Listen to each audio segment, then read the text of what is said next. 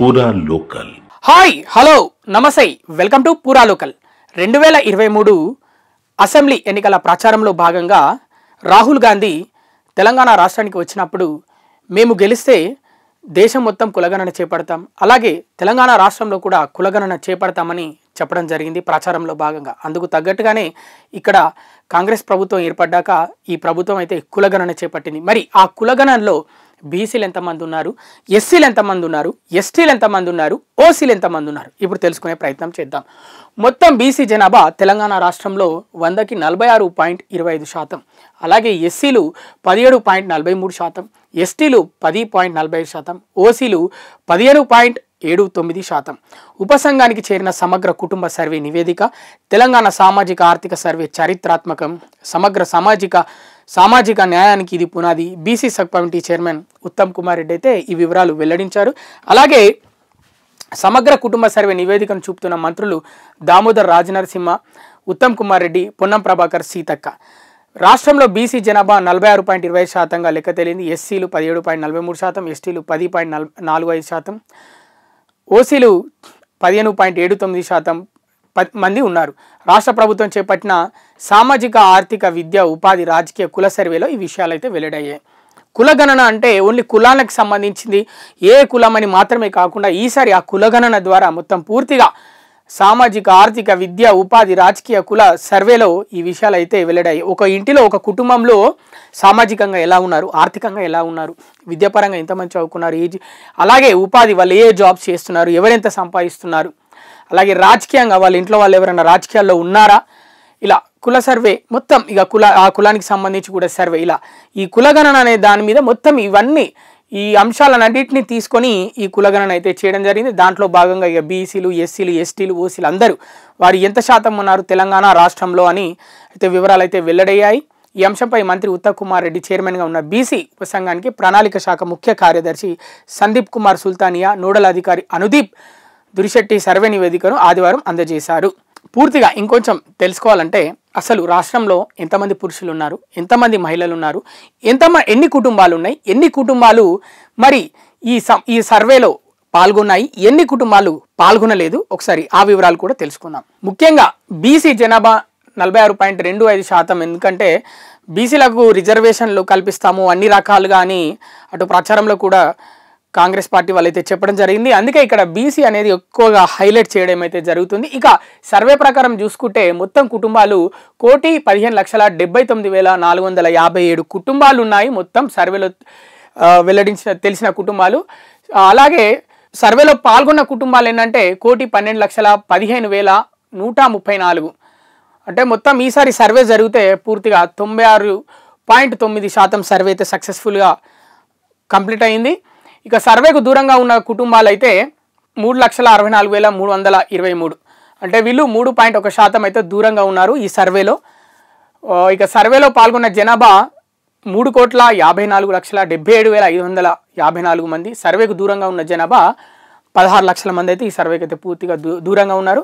ఇక జనాభాలో ఎవరెంతమంది పురుషులు, మహిళలు, అలాగే థర్డ్ జెండర్ మొత్తం ఎంతమంది అది కూడా తెలుసుకుందాం. జనాభాలో పురుషులు 1,79,21,183, అంటే 50% మంది మన రాష్ట్ర జనాభాలో 50% మంది పురుషులు ఉన్నారు.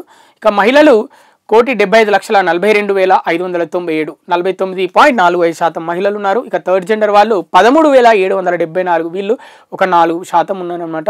ఈ మధ్య థర్డ్ జెండర్ వాళ్ళకు కూడా ప్రభుత్వ ఉద్యోగాలు వస్తున్న విషయం మనందరికీ తెలిసిందే. కొంతమంది ట్రాఫిక్ జంక్షన్ల దగ్గర మహిళా కానిస్టేబుల్, అంటే థర్డ్ జెండర్ మహిళా కానిస్టేబుల్ కాదు, థర్డ్ జెండర్ వాళ్ళని కూడా ఉద్యోగాల్లో పెట్టిన విషయం మనందరికీ తెలిసిందే.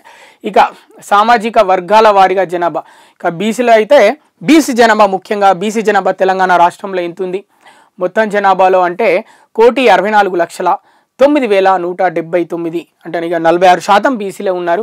ఎస్సీలు 61,84,319, ఎస్టీలు 30,05,929, ఓసీలు 47,21,115, ముస్లిం బీసీలు 35,76,588, ముస్లిం ఓసీలు 8,80,424, మొత్తం ఓసీలు జనరల్ ప్లస్ ముస్లిం కలిపి 56 లక్షలు. ఇక అంతా ముస్లిం అందరూ కలిసి తెలంగాణ రాష్ట్రంలో మొత్తం ముస్లిం ఎంతమంది ఉన్నారంటే 56,01,539 మంది, అంటే 15% ముస్లింలు అయితే ఉన్నారు. అంటే ఇంచుమించు ఎస్సీలకు కొంచెం తక్కువగా ఉన్నారు, కానీ వీళ్ళు కూడా 15% ఉన్నారు. ఇక్కడ హైలైట్ పాయింట్ చెప్పుకోవాల్సింది ఏంటంటే జనాభాలో సగం బీసీలే ఉన్నారన్నమాట. ఇప్పుడు రానున్న రోజుల్లో బీసీలే మరి రాజకీయాల్లో ముఖ్య పాత్ర పోషిస్తున్నారా? బీసీ నుంచి ఎవరైతే ఇంతవరకు తెలంగాణ రాష్ట్రానికి ముఖ్యమంత్రి అయిన వారైతే లేరు. ఖచ్చితంగా ఈసారి వచ్చే ఎన్నికల్లో బీసీ నుంచే ముఖ్యమంత్రి అవుతారని ఒక ప్రచారం అయితే జోరుగా ఊపందుకుంది. మరి ఈ కులగణన, ఈ సర్వే అన్ని రకాలుగా చేసిన ఈ కులగణన, ఈ సర్వే ద్వారా ఎవరికి ఎక్కువగా లాభం చేకూరుతుంది అంటే అది బీసీలకే అని మరి అంటున్నారు. కానీ మరి రిజర్వేషన్లు అయితే ఇప్పటివరకు అయితే ప్రకటించలేదు. మరి రిజర్వేషన్లు ప్రకటించాక మరి ఈ జనాభా తగ్గట్టు, బీసీ జనాభా తగ్గట్టు వారికి అన్ని ఫలాలు పూర్తిగా అందనున్నాయా అని అయితే చాలామంది అయితే అనుకుంటున్నారు, ఆశాభావం కూడా వ్యక్తం చేస్తున్నారు. అలాగే ఈ సర్వే ఎంత సమయంలో పూర్తయింది, ఎంత ఖర్చుతో పూర్తయిందో కూడా తెలుసుకుందాం. కుల సర్వే కోసం గత ఏడాది ఫిబ్రవరి 4న నిర్ణయం తీసుకొని 16న శాసనసభ తీర్మానం చేసింది. సరిగ్గా ఏడాదిలోపు నివేదికను తీసుకువచ్చాం. ఈ సర్వేలో 103,889 మంది గణకులు పాల్గొన్నారు. కేవలం 50 రోజుల వ్యవధిలో నివేదిక వచ్చింది. 50 రోజుల వ్యవధిలోనే సర్వే మొత్తం పూర్తి చేశారు. సర్వేలో 96.9% మంది పాల్గొన్నారంటే ఇక 3,54,00,000 మంది సర్వేకు అందుబాటులో లేకపోవడంతో 3.1% 16 లక్షల మంది దూరంగా ఉన్నారు. ఈ సర్వే కార్యక్రమాన్ని వేగంగా సమగ్రంగా పూర్తి చేసిన సిఎస్ ప్రణాళిక శాఖ అధికారులు, సిబ్బంది, గణకులు ప్రత్యేకంగా ధన్యవాదాలు తెలియజేస్తున్నా అని ఉత్తమ్ అయితే తెలిపారు. ఈ సర్వే దేశంలోనే సామాజిక చారిత్రక నిర్ణయంగా నిలిచిపోతుంది, దేశానికే ఆదర్శంగా నిలుస్తుందని ముఖ్యమంత్రి కూడా అప్పట్లో చెప్పారు. ఇక సర్వేకి అయితే ప్రభుత్వ సిబ్బంది వెళ్ళినప్పుడు 103,000 గృహాలకైతే తలుపులు వేస్తున్నాయి. అలాగే 168,000 కుటుంబాలు సర్వేలో పాల్గొనేందుకు సంకోచించడం, ముందు వెనక ఆలోచించారంట. ఇక 84,137 గృహాలు నివాసేతరంగా ఉండడం వంటి పరిణామాలు ఎదురయ్యాయి. ఇక 84,137 గృహాల దగ్గరికి వెళ్తే అక్కడ గృహాలు మాత్రమే ఉన్నాయి, కానీ అక్కడ ఎవ్వరూ నివాసం ఉండట్లేదు. సో ఆ విషయం కూడా ఇలాంటి పరిణామాలన్నీ ఎదురయ్యాయి అన్నమాట. ఎందుకంటే అలా ఇంట్లో ఎవరు లేనప్పుడు జస్ట్ ఏం చేస్తారు, ఏం చేయలేరు. సందేహాలు వ్యక్తం చేసిన వారికి అవగాహన కల్పించి మరీ సర్వే చేశాం. కొంతమంది దీని మీద వ్యతిరేకత కూడా చూపించారు. కులగణన సర్వే వీటి మీద ఏంది, ఇవన్నీ అవసరమా, ఎందుకని ప్రశ్నిస్తే వాళ్ళకి అవగాహన కల్పించి మరీ సర్వే చేశారు. ఇక ముఖ్యంగా బీహార్లో కులగణనకు అయితే 6 నెలలు పట్టింది. ఇక్కడైతే 50 రోజులలోనే కంప్లీట్ చేశారు. 2 నెలలు కాకముందే. 6 నెలలు ఎక్కడ, 2 నెలలు ఎక్కడ. ఇక కానీ తెలంగాణ ప్రభుత్వం 50 రోజుల వ్యవధిలో తక్కువ ఖర్చుతో, వాళ్ళకైతే 500 కోట్లు ఖర్చు అయింది బీహార్ ప్రభుత్వానికి. మనలో అయితే ఇంకా 500 కోట్ల లోపే తక్కువ ఖర్చుతోటే పూర్తి చేశారని అయితే మంత్రి ఉత్తమ్ కుమార్ రెడ్డి అయితే చెప్తున్నాడు. బలహీన వర్గాల గొంతుక ఈ నివేదిక.